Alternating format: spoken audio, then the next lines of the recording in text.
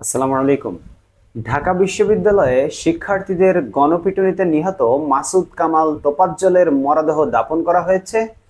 শুক্রবার 20 সেপ্টেম্বর সকালে বরগুনা পাথরঘাটার তালুক গ্রামের পারিবারিক কবরস্থানে মা, বাবা ও ভাইয়ের কবরের পাশে চিরনিদ্রায় শায়িত হন তিনি। এর আগে এদিন সকাল 9টায় স্থানীয় মাদ্রাসা মাঠে তার জানাজা নামাজ অনুষ্ঠিত হয়। জানাজার পর তোফাজ্জলের হত্যাকাণ্ডের জড়িতদের বিচারের দাবিতে মানববন্ধন করেছেন স্থানীয়রা। উল্লেখ্য, গত বুধবার চোর সন্দেহে তাকে আটক করে ফজলুল হক মুসলিম হলের শিক্ষার্থীরা রাত 10টা পর্যন্ত হলের গেস্ট রুমে কয়েক দফা মারধর করা হয় তাকে। এক পর্যায়ে ক্যান্টিনে বসে খাবার খাওয়ায়ও শিক্ষার্থীরা। এরপর আবারও মারধর করা হয়। এ সময় তোফাজ্জল অসুস্থ হয়ে পড়লে মধ্যরাতে তাকে হাসপাতালে নিয়ে যাওয়া হয়।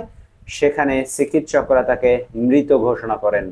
এই যে নৃশংস ঘটনা ঘটিয়েছে বিদ্যাপীঠ, ঢাকা বিশ্ববিদ্যালয়, যেখান থেকে মানুষ জ্ঞান অর্জন করে, সেই জায়গার পরিস্থিতি হলো এইটা।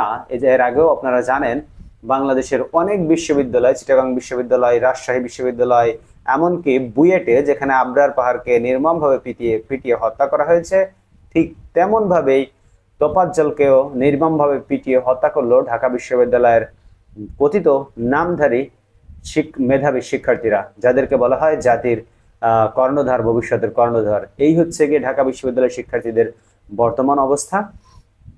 আমি বুঝি না, আমার ভাবতেও ঘৃণা লাগে, মানুষ কিভাবে মানুষকে এইভাবে পিটিয়ে হত্যা করে। ধন্যবাদ সবাইকে বন্ধুরা ভিডিওটি দেখার জন্য, এবং আমরা সবাই এর উপযুক্ত বিচার চাই। আপনারা আপনাদের মূল্যবান মতামত কমেন্ট বক্সে জানাতে ভুলবেন না। দেখা হবে পরবর্তী ভিডিওতে অন্য কোনো খবর নিয়ে। সেই পর্যন্ত আপনারা সকলে ভালো থাকবেন। আল্লাহ হাফেজ।